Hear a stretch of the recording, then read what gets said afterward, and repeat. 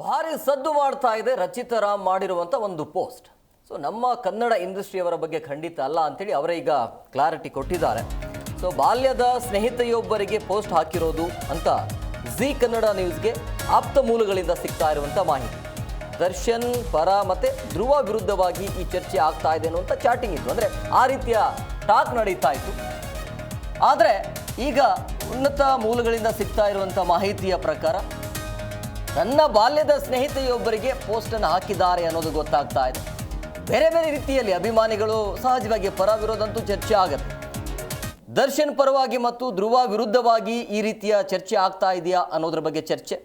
Darshan and ಧ್ರುವ ಇಬ್ಬರ ಜೊತೆಗೂ ಕೂಡ ಒಳ್ಳೆಯ ಗೆಳೆತನ ಇದೆ ರಚಿತಾ ರಾಮ್ಗೆ. ಆದರೆ ಈ ಒಂದು ಪೋಸ್ಟ್ ಇದೆಯಲ್ಲ ಸಾಕಷ್ಟು ಗೊಂದಲ ಆಯಿತು.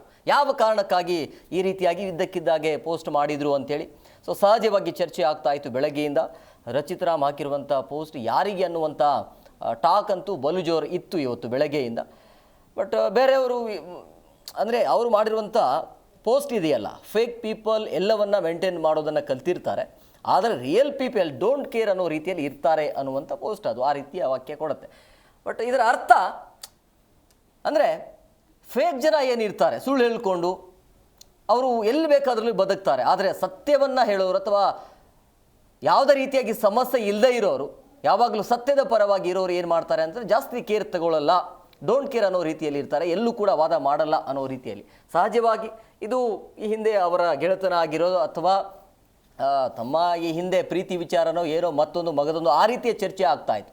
ಅಂದರೆ ಯಾರಿಗಾದರೂ ರಚಿತಾ ರಾಮ್ ಅವರಿಗೆ ಯಾರಾದರೂ ಮೋಸ ಮಾಡಿದ್ರ ಅನ್ನುವಂಥ ಟಾಕ್ವಾರ್ ಕೂಡ ಇತ್ತು. ಆ ರೀತಿಯ ಪೋಸ್ಟ್ ಇದೆ ಅದು.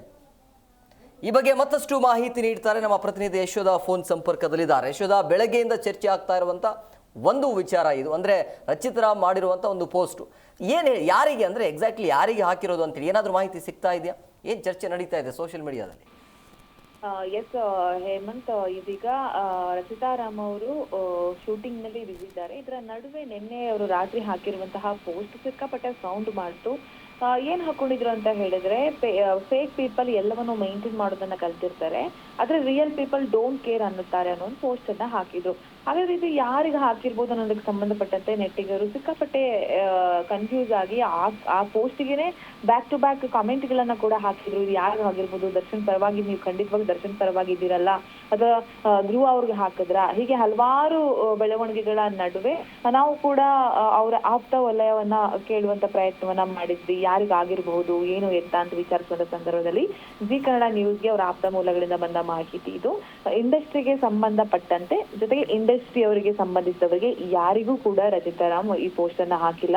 ರಚಿತಾ ರಾಮ್ ಇಂಡಸ್ಟ್ರಿಯ ಒಳಗೆ ಎಲ್ಲರ ಜೊತೆಯೂ ಕೂಡ ಆಪ್ತತೆಯಿಂದ ಇದ್ದಾರೆ, ಎಲ್ಲರನ್ನೂ ಕೂಡ ಸ್ನೇಹದಿಂದನೇ ಕಾಣ್ತಾರೆ. ಇಂಡಸ್ಟ್ರಿಯ ಒಳಗೆ ಅವ್ರಿಗೆ ಯಾರ ಬಗ್ಗೆಯೂ ಕೂಡ ದ್ವೇಷ ಇಲ್ಲ. ಈಗ ಗಮನಿಸಬಹುದು, ಧ್ರುವ ಸರ್ಜಾ ಅವ್ರ ಜೊತೆನೂ ಕೂಡ ಅವ್ರು ತುಂಬಾ ಚೆನ್ನಾಗಿದ್ದಾರೆ. ಧ್ರುವ ಸರ್ಜಾ ಅವ್ರ ಜೊತೆ ಕೂಡ ಅವರು ಸಿನಿಮಾ ಮಾಡಿದ್ದಾರೆ. ಏನು ದರ್ಶನ್ ಅಂತ ಬಂದಾಗ ಅವರನ್ನ ಗುರು ಅಂತ ಭಾವಿಸ್ತಾರೆ. ಇಬ್ಬರ ನಡುವೆಯೂ ಕೂಡ ಅವ್ರಿಗೆ ಪ್ರೀತಿ ಇದೆ. ಕಳೆದ ವಾರ ಅಷ್ಟೇ ಅವರು ಧ್ರುವ ಅವ್ರ ಜೊತೆನೂ ಮಾತನಾಡಿದ್ದಾರೆ. ಆಗಾಗ ಏನಾದ್ರು ಸಿನಿಮಾ ವಿಚಾರಕ್ಕೆ ಸಂಬಂಧಪಟ್ಟಂತೆ ಮಾತುಕತೆ ಕೂಡ ಆಗ್ತಾ ಇರುತ್ತೆ. ಇನ್ನು ದರ್ಶನ್ ಅವ್ರನ್ನು ಕೂಡ ಭೇಟಿಯಾಗಿದ್ದಾರೆ. ಯಾರ ಜೊತೆಯೂ ಕೂಡ ಅವರು ಶತ್ರುತ್ವವನ್ನ ಬೆಳೆಸ್ಕೊಂಡಿಲ್ಲ, ಇಂಡಸ್ಟ್ರಿ ಅವ್ರ ಜೊತೆ ಚೆನ್ನಾಗೇ ಇದ್ದಾರೆ. ಹಾಗಾದ್ರೆ ಯಾರಿಗಿರ್ಬೋದು ಅನ್ನೋದಕ್ಕೆ ಸಂಬಂಧಪಟ್ಟಂತೆ ಪೋಸ್ಟ್ ನಲ್ಲಿ ಅವರ ಬಾಲ್ಯದ ಗೆಳತಿಗಾಗಿ ಹಾಕಿರುವಂತ ಪೋಸ್ಟ್ ಅನ್ನೋದಕ್ಕೆ ಸಂಬಂಧಪಟ್ಟಂತ ಮಾಹಿತಿ ಸಿಗ್ತಾ ಇದೆ.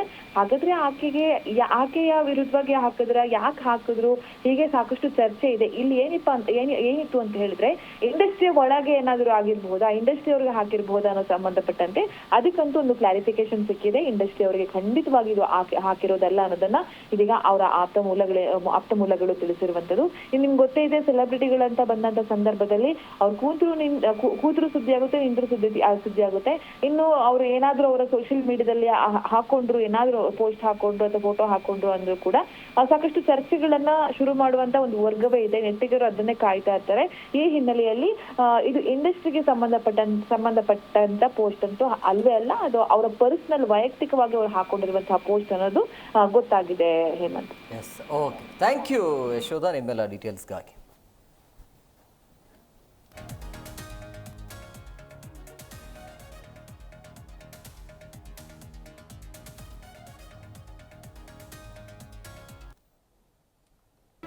ಜಿ ಕನ್ನಡ ನ್ಯೂಸ್ ಈಗ ನಿಮ್ಮ ಮನೆಯಲ್ಲೇ ನೋಡಿ.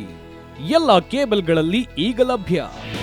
ನಿಮ್ಮ ನೆಚ್ಚಿನ ಜೀ ಕನ್ನಡ ನ್ಯೂಸ್ ಈಗ ಸನ್ ಡೈರೆಕ್ಟ್ ನಲ್ಲಿ number 292, Tata play number 1664, Jio TV number 1334, NXT digital number 30, in cable number 30, city networks 51, U digital number 162, GTPL number 17, Rockline telecommunications number 42, Shri Basaveshwara cable number 168, rural cable network 60, Vinayaka digital 57, Abhishek cable 821, city channel 53, Siddeshwara cable network 57, V4 digital Infotech 628, Surya digital networks 53, Gajanan digital number 836, Malnad infotech private limited number